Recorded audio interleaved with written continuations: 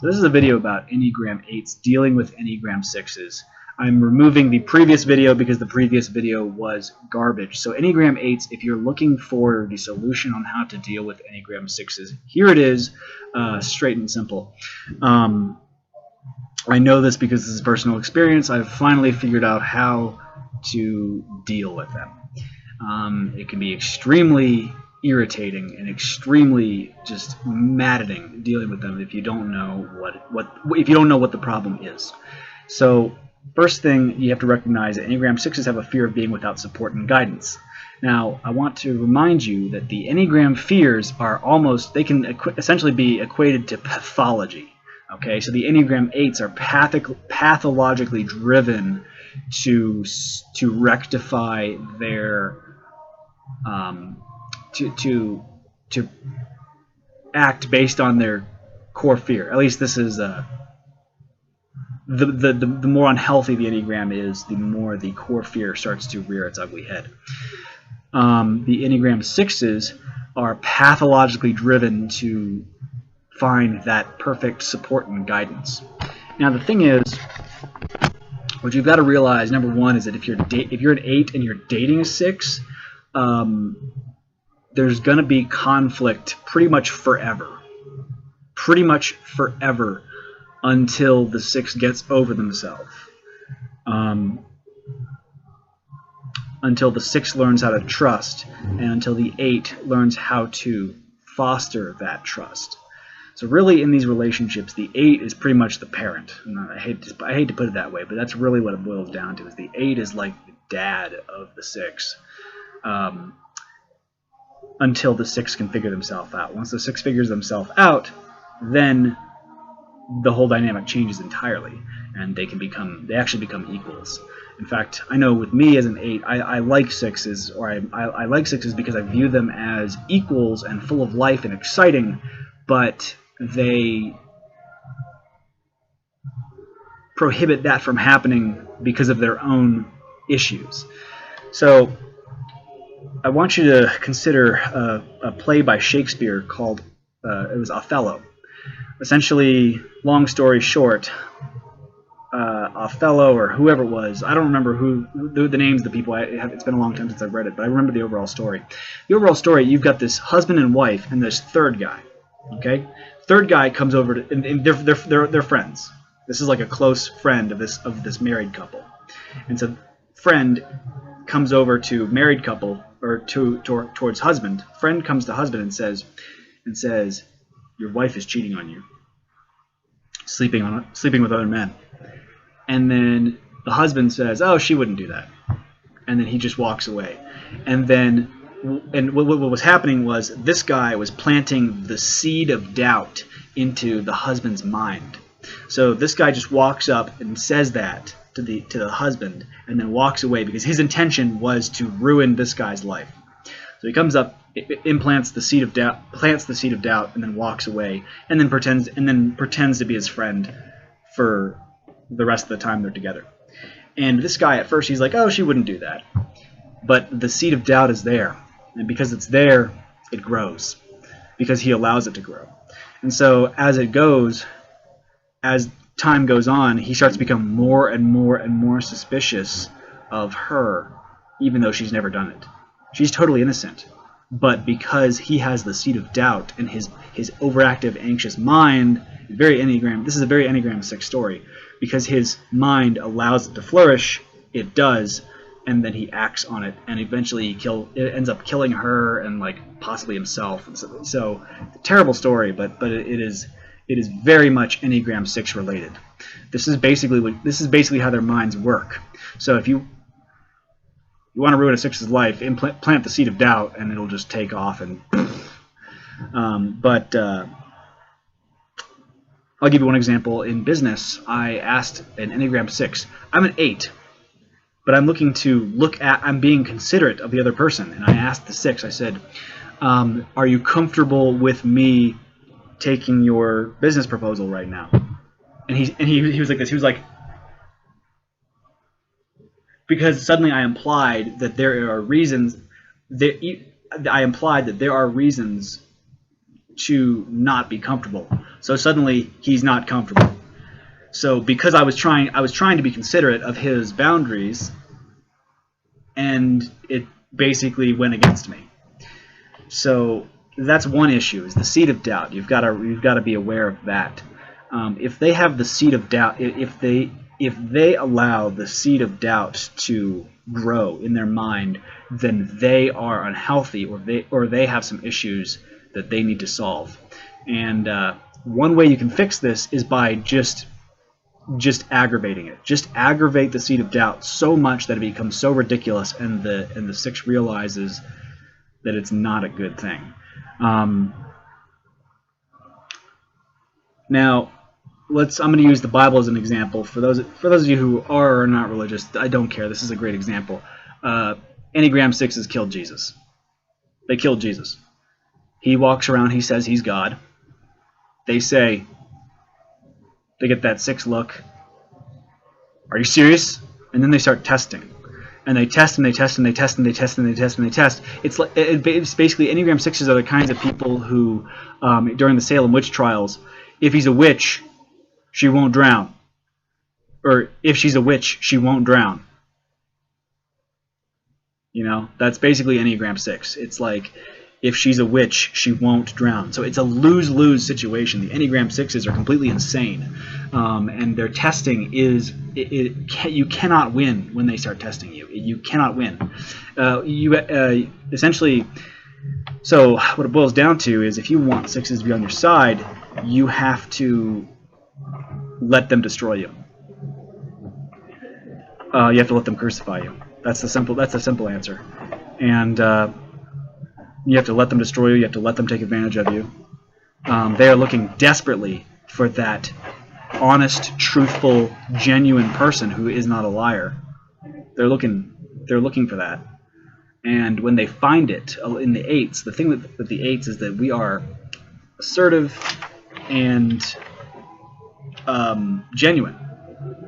In most cases, we're genuine. And when they see this, they are attracted to it, but also angered, because they are aware of both possibilities. Either you're telling the truth, you are telling the truth and you are a liar. In their mind, they are aware that you are lying and you're telling the truth at the same time. So they both love you and hate you at the same time. So the deal with 6s, their biggest issue is they are scared of trusting people.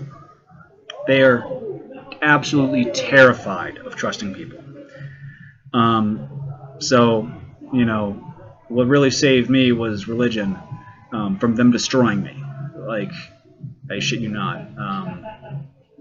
So what happens is, you act nice, they're gonna think you're putting on a facade, and that you're actually the complete opposite of the nice that you're being, and they're gonna think you're actually evil. So they're gonna test you and test you and test you and test you to bring out that evil, to see if it's true or not. Hello, thank you, sir. Mm-hmm.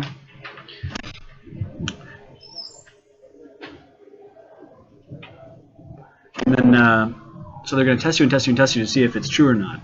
And then, when they do this, essentially, as an 8, if you defend yourself, you're only going to confirm their confirmation bias. So you have to not give in. You have to not defend yourself. You have to just let them destroy you. And in most cases, what you will realize is that they're actually too scared of the consequences, and they're not actually going to destroy you. They're just going to test the living shit out of you, and you just have to kind of let them do it. And it sucks, and it can be painful and completely infuriating. But that's the solution. You got to let them do it. You got to just sit there. You just got to sit there, let it, stony-faced, and let them act however it is, and just don't even. You have to just let it happen. You have to just let it happen. And once you do that, and you have to realize that a lot of their threats are empty. A lot of their threats are empty. And if they aren't empty, you have to kind of look at their past. You might have to test them a little bit to see if their threats are empty or not. if they make one empty threat, the rest of their threats are going to be empty. Okay, and don't harass them. Don't say bullshit, you're a pussy. You don't want to do that. Now the thing is, they don't take themselves very seriously. So if you don't take them seriously, they're gonna prove you. They're gonna like let's say if a 6 is holding a gun to your head, and you say you're a pussy, you won't do it. They're like, watch me. So it's like, so you just, or if you say don't do it, please don't do it, they're probably gonna get even more angry because you're trying to convince them not to do it, which is somehow gonna, like, you just have to just not. It's insanity. It is the most insane thing you'll ever meet. They are the most evil personality that I've met. They are just like the most evil people I've ever met. And now, if you want to understand them a little bit, let's enter the Enneagram 6's world for a second. They're obsessed with the concept of a whole person. A lot of 6s are not whole people. That means they can't take care of themselves. There's always that thing deep down that they can't, about themselves, that they can't satiate on their own, that they need other people to satiate. They need help from other people. So when they see an Enneagram 8, they almost view you as a whole person. You can take care of yourself. You're self-sufficient, and they're going to actually hate you for that, because you can take care of yourself and you make them realize that they're weaker than you.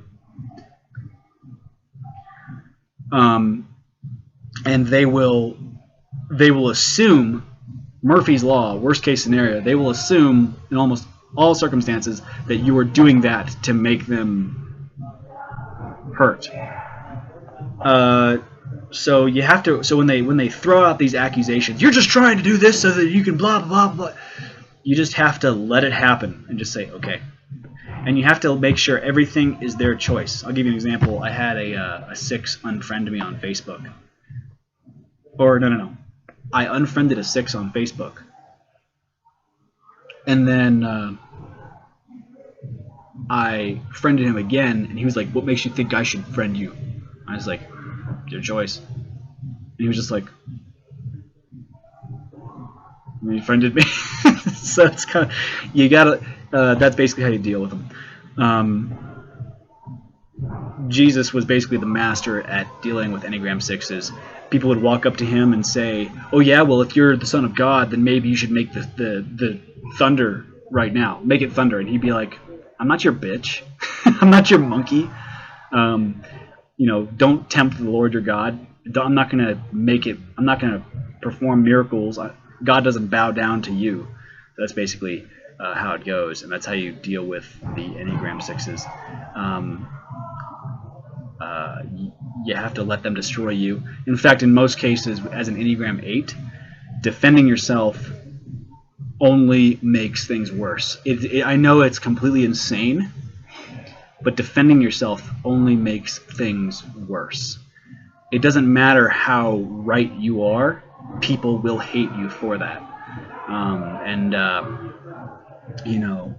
This is basically what the Bible is all about. The entire New Testament is about this concept that it doesn't matter how right you are, people will hate you for that, for being right. Because when you're right, it makes them realize they're wrong. And so people will want to destroy you or get rid of you, especially the 3s. The 3s, if they're unhealthy, can be even worse than the 6s because they're actually willing to follow through on destroying you. So you got to watch out for those. They're silver-tongued. They'll smile at you. They'll put on a face and be your best friend and stab you in the back. The 6s will just stab you in the back because they don't know what they're doing. They have knives in 2 hands and they're just flailing around like this constantly. And if one goes into your back, then it goes into your back. Like the 6s they're too stupid to know that that's what they're doing. Not stupid, but they're just unaware. So that's pretty much that. That's how you deal with Enneagram 6s.